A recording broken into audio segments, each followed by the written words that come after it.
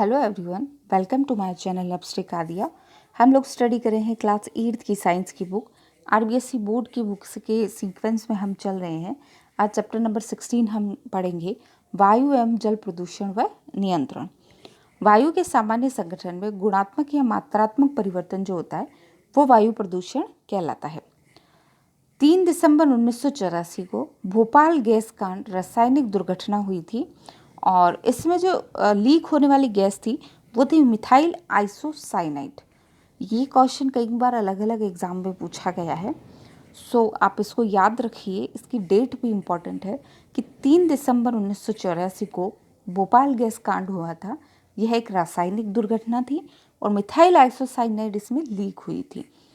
उस कंपनी का नाम क्या था? तो Union Carbide Indian limited plant Madhya Pradesh की वो कंपनी थी। पेट्रोल में पाया जाने वाला जो ट्रेटा एथिल लेड है वो कैंसर और क्षय का जनक है। तो पेट्रोल में जो ट्रेटा एथिल लेड होता है उससे कैंसर और क्षय की बीमारियां होती है। धुएं में उपस्थित नाइट्रोजन के जो ऑक्साइड है वो अन्य वायु प्रदूषकों से मिलकर धूम कोहरा बनाते हैं। तो धूम कोहरे के निर्माण की वजह क्या है? नाइट्रोजन के ऑक्साइड, जिनके कारण अस्थमा, दमा और खांसी बीमारियां होती है। ओजोन परत का नुकसान क्लोरोफ्लोरोकार्बन की वजह से होता है और ग्रीन हाउस इफेक्ट की जो वजह है वो है कार्बन डाइऑक्साइड। सल्फर डाइऑक्साइड जो है वो पौधों को मृत कर देती है। सल्फर डाइऑक्साइड क्या है? पौधों को मृत कर देती है। अम्ल वर्षा सल्फर डाइऑक्साइड और नाइट्रोजन के ऑक्साइड से मिलकर बनती है। इसे संगमरमर का कैंसर भी कहा है। ये फैक्ट्स बहुत ही इम्पोर्टेंट है। यहाँ पर एक बार फिर से आप देख लीजिए कि धूम कोहरा जो है वो नाइट्रोजन के ऑक्साइड है। अम्ल वर्षा सल्फर डाइऑक्साइड और नाइट्रोजन दोनों के ऑक्साइड है। ओजोन परत को क्लोरोफ्लोरोकार्बन नुकसान कर रही है, जबकि ग्रीन हाउस इफेक्ट जो है वो कार्बन डाइऑक्साइड के कारण। एसोटो की वजह से पौधे मृत हो जाते हैं और अम्ल वर्षा को संगमरमर कैंसर भी कहते हैं। इसके बाद हम देखेंगे कि सीएनजी और एलपीजी क्या होता है। सीएनजी जो है संपीड़ित प्राकृतिक गैस है जिसे सीसा रहित पेट्रोल भी कहते हैं और एलपीजी क्या है? लिक्विड पेट्रोलियम गैस है। तो आजकल वाहनों में सीएनजी को ज़्यादा जोर दिया जाता है क्योंकि सीएनजी सही है और सेफ है। ग्रीन हाउस इफेक्ट के लिए उत्तरदायी गैस हमने पढ़ी थी, कार्बन डाइऑक्साइड है। ये क्वेश्चंस ऐसे हैं जो हर एग्जाम में आपको मिलेंगे, चाहे आप पटवारी की तैयारी कर रहे हैं, एलडीसी की या किसी और की तैयारी कर रहे हैं। वायुमंडल के औसत ताप में निरंतर वृद्धि ग्लोबल वार्मिंग का कारण है। तो औसत ताप में जो वृद्धि हो रही है वो ग्लोबल वार्मिंग का कारण है और ग्लोबल वार्मिंग की जो कारण उत्तरदायी गैस है वो गैस आपकी कौन सी है? कार्बन डाइऑक्साइड है। CFC नहीं है। यह ओजोन गैस परत को नुकसान पहुंचाने के लिए उत्तरदायी है। हरित गैसें carbon dioxide, methane, nitrous oxide, जल वाष्प, ये सब कौन सी गैसें कहलाती है? हरित गैसें कहलाती है।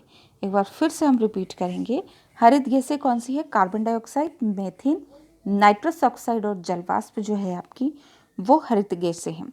शताब्दी के अंत तक 2 डिग्री तक ताप में वृद्धि हो सकती है, ऐसा माना जा रहा है या साइंटिस्टों ने कहा है कि इस शताब्दी के अंत तक 2 डिग्री सेल्सियस तक तापमान में वृद्धि हो सकती है। नाइट्रेट और फास्फेट। नाइट्रेट एवं फास्फेट जैसे रसायन पानी में शैवालों के लिए पोषक पदार्थों का कार्य करते हैं।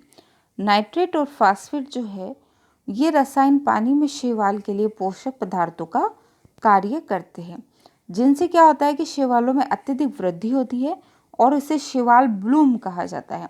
तो शैवाल ब्लूम की जो वजह है वह नाइट्रेट और फास्फेट पानी में पाया जाना है। इससे जल में ऑक्सीजन की कमी हो जाती है, जलीय जीव मर जाते हैं। रेफ्रिजरेटर में प्रयुक्त होने वाली गैस कौन सी है? क्लोरोफ्लोरोकार्बन। भारत की किस पवित्र नदी का अस्तित्व खतरे में है? गंगा।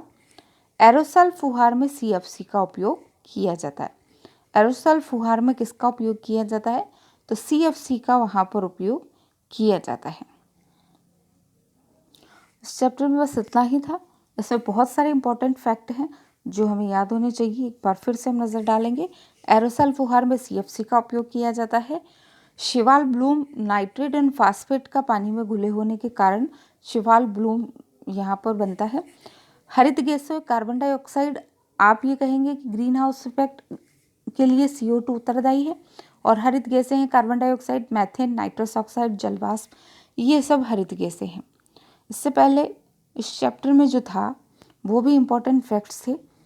यहाँ पर देखिए, भोपाल गैस कांड जो हुआ था 3 दिसंबर 1984, ये फर्स्ट ग्रेड के एग्जाम में पूछा हुआ क्वेश्चन है।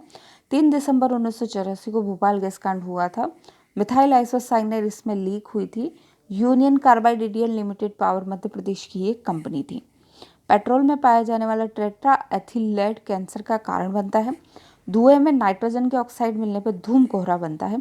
नाइट्रोजन के ऑक्साइड के साथ सल्फर डाइऑक्साइड अगर मिल जाती है तो वहाँ पर क्या बन जाती है, फिर अम्ल वर्षा वो बनती है। तो वहाँ जो अम्ल वर्षा जो है वो संगमरमर कैंसर, यानी संगमरमर ताजमहल जैसे एक इमारत है उस पर इस तरह की वर्षा उसको नुकसान देती है, उसको खराब करती है। सल्फर डाइऑक्साइड एक ऐसी गैस है जो पौधों को मृत भी कर देती है।